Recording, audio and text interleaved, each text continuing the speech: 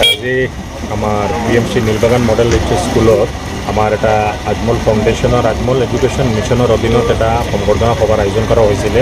বিশেষকৈ আমাৰ বিন্নাকান্দি এটা সমষ্টিব্যাপী যিমান ষ্টুডেণ্টে HS ফাইনেল এক্সামিনেশ্যনত তেওঁলোকে ভাল ৰিজাল্ট কৰিছে তেওঁলোকক আমি সম্বৰ্ধনাৰ ব্যৱস্থা কৰিছিলোঁ। যোৱাকালি ষ্টাৰ মাৰ্ক আৰু ডিষ্টিংশ্যন মাৰ্ক পোৱা প্ৰায় 300ৰ ওপৰত ল'ৰা ছোৱালীক আমি সম্বৰ্ধনা যাচিলোঁ।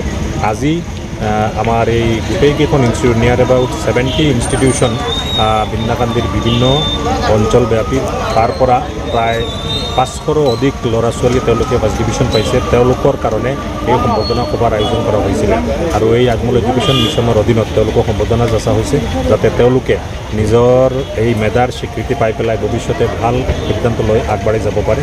তাৰ কাৰণে এই ব্যৱস্থাটো হাতত লৈছে আৰু ইয়াতে আমাৰ আজমল CSR মুৰব্বী নৱনিৰ্বাচিত বিধায়ক বিন্নাকান্দিৰ মৌলানা বদৰুদ্দিন আজমল সাহেব তেখেতেও উপস্থিত থাকি পেলাই ল'ৰা ছোৱালীবিলাক যথেষ্ট উৎসাহ যাচিছে। তেওঁলোকক এটা মানপত্ৰৰে আৰু কেছ এৱাৰ্ডেৰে সম্বৰ্ধনা যচা হৈছে আৰু তেওঁলোকক ভৱিষ্যতৰ দিশ নিৰ্ণয় কৰাত যাতে ভাল সিদ্ধান্ত লৈ পেলাই আগবাঢ়ি যাব পাৰে সেইকাৰণে তেওঁলোকক দিহা পৰামৰ্শ দিয়াৰ ব্যৱস্থা কৰা হৈছে। আমাৰ বিশেষকৈ চবেই জানে আজমল পৰিয়ালে শিক্ষা আৰু স্বাস্থ্যক আটাইতকৈ গুৰুত্বপূৰ্ণ ভূমিকা দি পেলাই কাম কৰি আছে।